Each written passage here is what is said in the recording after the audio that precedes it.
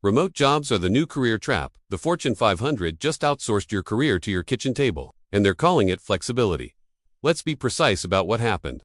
Between 2020 and 2024, corporate America discovered it could extract your labor without paying for your real estate.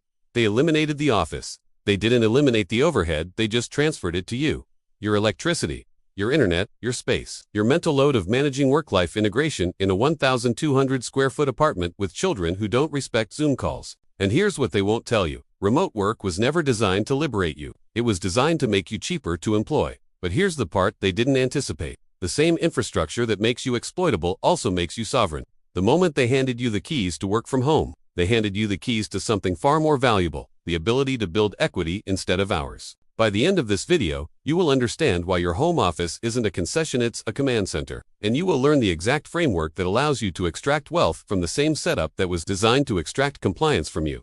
Let's start with the diagnosis. You've been told that remote work is a privilege, that you should be grateful for the freedom to wear sweatpants and attend meetings from your couch. But here's the economic reality they don't want you to calculate. The average American spends 1,100 hours per year commuting. That's 137 8-hour workdays. $46,000 in lost productivity. If you value your time at minimum wage, you shouldn't, because you're worth far more than that. Add the cost of professional wardrobe, gas, vehicle depreciation, overpriced salads from the corporate cafeteria, and you're looking at another $8,000 to $12,000 per year in expenses that only exist because you go to an office. Remote work eliminated those costs, but your salary didn't go up by $60,000 to reflect that, did it? This is the trap. They saved the capital. You saved the time, but only one party is building assets with those savings. Let me be even more direct. If you are working remotely for someone else's company, you are operating the most efficient labor extraction model in the history of capitalism. You are the factory and the worker. You are the overhead and the output. And unless you are actively converting that efficiency into equity, into something you own, you are building someone else's dynasty, not yours. Now, let's talk about what they got wrong. Corporate leadership believed that remote work would create a distributed workforce of isolated, manageable units. Individuals they could monitor with software, measure with keystrokes, control with surveillance. They thought removing the office would remove your power. They didn't realize that the office was never your power source. It was theirs. The office was where they conditioned you to perform presence instead of producing results. It was where they taught you that sitting in a chair for 9 hours was more valuable than solving a problem in 2. It was where they monitored your compliance by watching you walk past their desk at 8:47 a.m. But here's the inversion. The moment you work from home, the only thing that matters is output. They can no longer measure your loyalty by the hours you visibly suffer. They can only measure your value by what you deliver. And if they can only measure you by what you deliver, then you can deliver that output to anyone, including yourself. This is the mechanism they didn't see coming. Remote work didn't make you replaceable. It made your employer replaceable. Let me introduce you to a concept we're going to call the domestic sovereignty framework. This is not a productivity hack.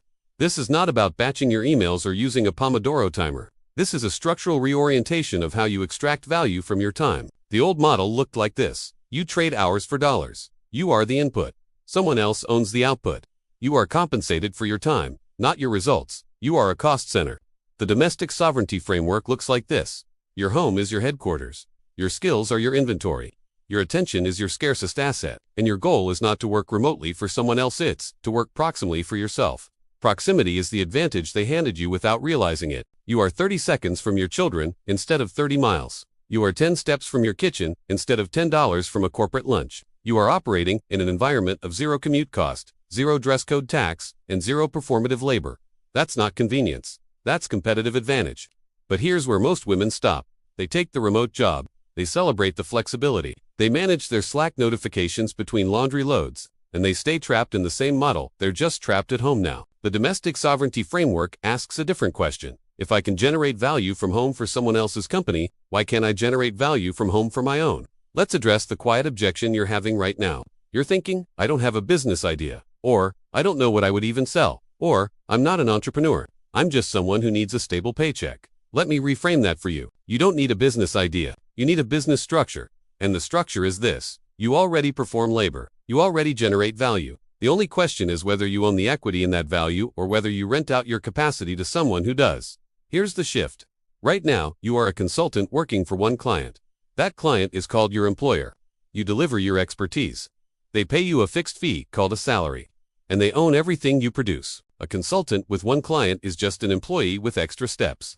But a consultant with 3 clients is a business owner. And the only thing separating those two realities is your willingness to replicate the value you already generate for one entity across multiple revenue streams. This is not about quitting your job tomorrow. This is about recognizing that the infrastructure you already have, your home office, your skill set, your ability to produce results without supervision is the exact same infrastructure that runs a six-figure consulting practice, a digital product business, or a service-based empire. The only difference is who owns it. Let's talk about infrastructure. If you were running a company and you are, even if you don't realize it yet, you wouldn't tolerate a command center that looks like a kitchen table covered in mail and yesterday's snack wrappers. You wouldn't accept constant interruptions. You wouldn't operate in an environment that signals to your brain, this is chaos, not commerce. I'm going to introduce you to one tool, not 10. 1. It's the tool I use to mark the boundary between domestic life and economic operation. I call it the sanctuary switch. For me, it's a pair of over-ear, noise-canceling headphones. Not the cheap ones, the kind that cost enough to make you take them seriously. The kind that, when you put them on, your brain understands. The operator is online. Here's why this matters. Your environment trains your nervous system. If your workspace looks and feels like the place where you fold laundry and answer texts from your child's school, your brain will treat your work like domestic labor unlimited, undervalued, and invisible. But if you create a physical, tangible marker that says, I am now in my headquarters, you train your brain to shift into a different operational mode. You're not multitasking. You're not squeezing in some work. You are executing. The sanctuary switch is not about blocking out your children. It's about blocking out the noise of a system that taught you to be available to everyone except yourself. When I put those headphones on, I'm not hiding. I'm claiming. I'm signaling to myself and to anyone in my household that I am in the middle of building something that will outlast today's to-do list. You wouldn't run a Fortune 500 company from a folding chair in a hallway. So why are you running your career from a makeshift desk in the corner of your bedroom? This is a capital expenditure. This is you investing in the domestic HQ, and every dollar you spend making this space feel like an office, instead of an afterthought, is a dollar that tells your brain, I am not playing anymore, I am building. Now, let's talk about legacy. Here's the final reframe. The world will tell you that working from home is about balance, about managing your time so you can have it all. The career, the family, the clean house, the homemade meals, the version of yourself that never looks tired. That's a trap, because having it all implies that you are split into pieces, trying to serve multiple masters, trying to be enough for everyone while never being enough for yourself. The domestic sovereignty framework doesn't ask you to balance. It asks you to integrate. Your children are not distractions from your work. They are the reason your work has to be structured differently. They are not obstacles to your empire, they are the inhabitants of it.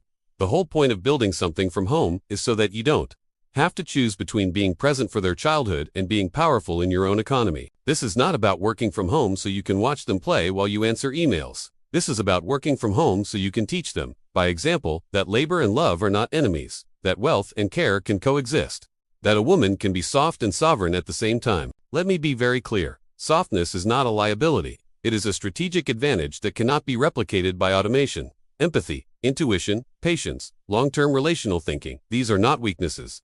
These are the exact capacities that allow you to build businesses that people trust, products that people need, and systems that people want to stay inside of. The corporate world has spent decades trying to train these qualities out of women, telling you to lean in, to adopt male communication styles, to be assertive instead of collaborative. And now, in 2026, we're watching artificial intelligence replace every single function that required you to perform like a machine. But AI can't replace the woman who understands that her clients are not transactions, they're relationships. It can't replace the woman who builds a business around trust instead of scale. It can't replace the operator who sees her work as an extension of her care, not a departure from it. So let them keep chasing efficiency. You build something human, and you charge accordingly.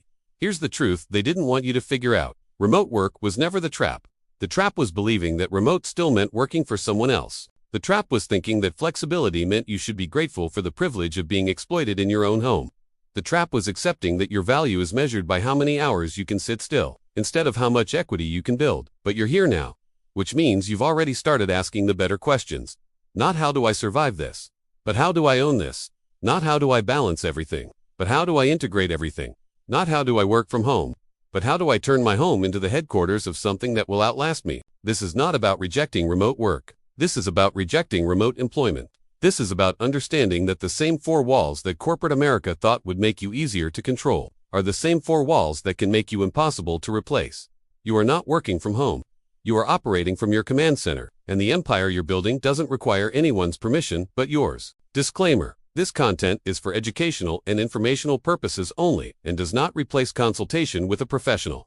Always consult a qualified professional for any questions related to finance or business. Tell us where you are building your empire from. See you in the next video.